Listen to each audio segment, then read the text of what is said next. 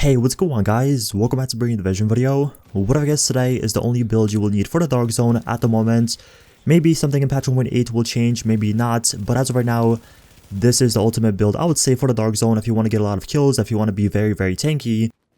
This build I would recommend making 110% if you are on PC, if you are on consoles. This is something you guys need to make if you are playing the Dark Zone and struggling.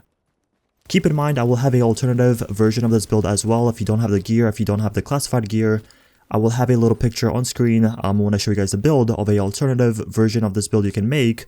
As I said, if you are new, if you're coming back and you want to use something that's very similar to this, that picture and that setup will hopefully help you guys out if you are struggling, and hopefully it will give you a little bit more kills in the Dark Zone. Anyways, if you guys enjoyed this video or find it helpful, don't forget to leave a like, subscribe for more videos. And without further ado, let's get right into this. So starting out first, I do want to show you guys my abilities and what I'm using. So the first thing is a Recon Pack Pulse. This, in my opinion, is very good if you're playing with a squad. If you are by yourself, I would recommend switching this to a Scrambler or a Conceal, because obviously you want to be a little bit more stealthy if you are playing by yourself. And also, if you go against a team whenever they use a Pulse and you use your Scrambler, you won't be affected by the critical hit damage and the critical hit chance bonus from the enemy's Pulse. So as I said, if you're by yourself, Scrambler or Conceal, whatever you want to call it, is the way to go. But if you are playing with a team, I'll recommend using the Recon Pack because you get it a little bit quicker, and also it's really good to see where the enemies spawn, like the NPCs, because for this, the Recon Pack will actually be kind of useful. The next thing I'm using is obviously Immune Station for extra, healing and also cleanse myself if I'm on fire, if I'm shocked, stuff like that. It's just really good if you're by yourself. With a team, Immune Station is the way to go. Now you guys will notice I am not using a first aid. For this build and how it's set up, you won't really need a first aid. Obviously using a booster shot is really good for the damage increase, also the damage resistance, but with this build and how it's kind of set up, the Pulse and the Immune Station is the way to go. Lastly, I am using a recovery link. If you guys are playing by yourself, this is a must, and if you're playing with a team, but you don't have a healer, you obviously want to use this as well, because it's pretty much like a safety thing. If you are, kind of caught off guard and you get shot in the back and stuff like that, this recovery link will really help you out.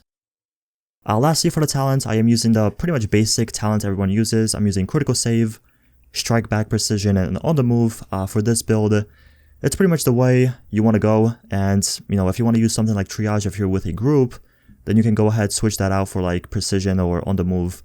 It's really up to you. Anyways, as for the build, this is what I'm rocking with. So yes, obviously this is a classified Striker build. In my opinion, Striker is the way to go for the Dark Zone, for PvP, even PvE, Striker is the go-to build. If you guys don't have this already, then this screenshot right here is a kind of alternative build you can make as well.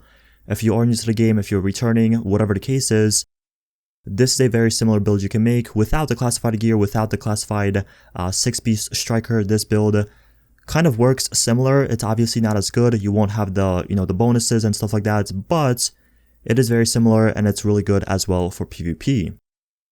As for the actual build, yes, like I said, I am using 6-piece classified Striker, but this time I do have 9k stamina. If you guys didn't know, when this gear set first came out, I actually made a build video with it as well, but in that video I was using 7k firearms and 6k stamina. Don't get me wrong, that build is still very good, that video is still very useful, but for the Dark Zone when I was playing by myself, I found that with that build, I was just too squishy, and sometimes running into 1v2s, 1v3s, it was really hard to win, because I did have the firepower, as I said, but my survivability and my tankiness wasn't really there. So I kind of reworked the build, I kind of changed some stuff up, and this is the build that you guys saw pretty much performing in the beginning of the video, getting some of those clips. And with this, I'm very confident going by myself, going with a team, whatever the case is, and not having to, worry about dying or, just being very squishy. So the first thing I do want to show you guys is my weapon. This is actually the house. Most of you guys already know this. I'm actually using Deadly, Unforgiving, and the card counter talents. The reason I'm using Deadly is because I want more critical hit damage. You probably can switch this out for responsive if you want, but in my opinion, Deadly is the way to go. It's working for me, so why not keep it? The next thing I do have is Unforgiving. This is a must in my opinion for this build, especially with this much stamina. Unforgiving is very good.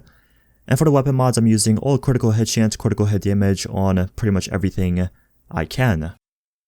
As for the secondary, I'm using a lightweight M4, and this is mainly for stacking my striker. If I'm running away, if I'm going into a gunfight, I want to have 100 stacks of health and obviously damage. This is the weapon I would be using. So the first thing I do have on it is Predatory. This is very important in my opinion. Getting the health regeneration for 35% is really clutch. If you're in a gunfight, if you're running away, whatever the case is, Predatory on your secondary weapon or even your sidearm is really important. The next thing we have is Vicious and Responsive, and honestly I could keep Responsive, but Vicious, not really the best choice. I wish I had Determined on this, because with Determined, I could get my ult a little bit quicker, I could get my pulse or my immune station a little bit quicker, and if you're making this build, if you have a secondary weapon that has Predatory, Determined, and Unforgiving or Responsive, I'd recommend using it 100%. It's pretty much the one thing I've been kind of looking for, and as soon as I get it, then obviously I will replace it. For my weapon mods, I'm pretty much using the same thing as on my house, everything critical hit damage and critical hit chance, as you guys can see. Moving on to the main part of the video, and that is the gear. So the first thing I do want to show you guys is the vest. So what I'm using on it is stamina, health, exotic damage resilience, and I'm also using ammo capacity. Exotic damage resilience is a must for the Dark Zone, especially for the Dark Zone, since how many people use Predamark. I'm not really sure on PS4 or PC, but on Xbox One, 9 out of 10 people pretty much use Predamark or Striker, so, using exotic damage resilience is really clutch. For the weapon mods, I'm actually using something I shouldn't be using, and that is stamina and health and stamina and critical hit chance. For this, I want to replace this with stamina and exotic damage resilience. Unfortunately, I cannot get any good ones. I have a few of them, but they're really crappy, and whenever I do put them on, they pretty much don't reach my 9k stamina, so I can't use them right now until I find better stamina exotic damage resilience mods. I'm using these instead. For the mask, I'm using stamina once again with exotic damage resilience, disorient resistance, and for the mod, I'm using a 248 stamina and 2.50% exotic damage resilience mod. Moving down to the knee pads, I'm using stamina, health, bleed resistance, increased kill XP, and then I'm also using shock resistance. As for the mods, we do have another stamina exotic damage resilience mod, and this time I'm actually using a 2% pulse critical hit chance mod on the knee pads. For the backpack, we're rocking with stamina once again, but this time I do have critical hit damage since I'm using the house, and I pretty much have enough critical hit chance as it is, so I kind of wanted to use critical hit damage just for the extra damage, and you can obviously switch this to health if you want to, but in my opinion, critical hit damage right here is pretty nice. Next thing we have is bleed resistance, and for the mods, I'm once again using the same thing with exotic damage resilience and the pulse critical hit chance mods. For the gloves, I'm using firearms, critical hit damage, SMG damage, and crit chance, and last but not least for the holster, we have 4% critical hit chance once again.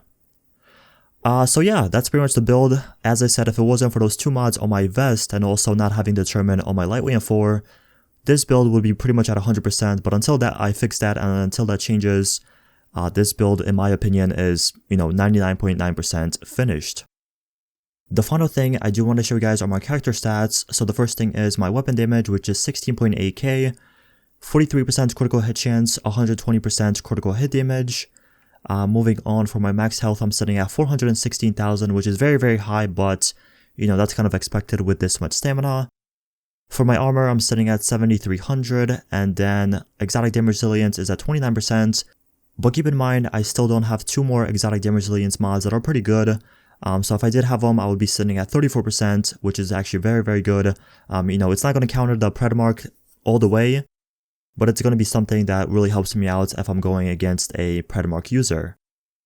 Last but not least, I'm sitting at 49% bleed resistance, which is something, once again, to counter Predamark in the DZ. Anyways, that is it for the video. Thank you guys so much for watching. If you have any questions, let me know in the comment section below. I respond to all my comments. But once again, thank you so much for watching, and I'll see you guys in the next one.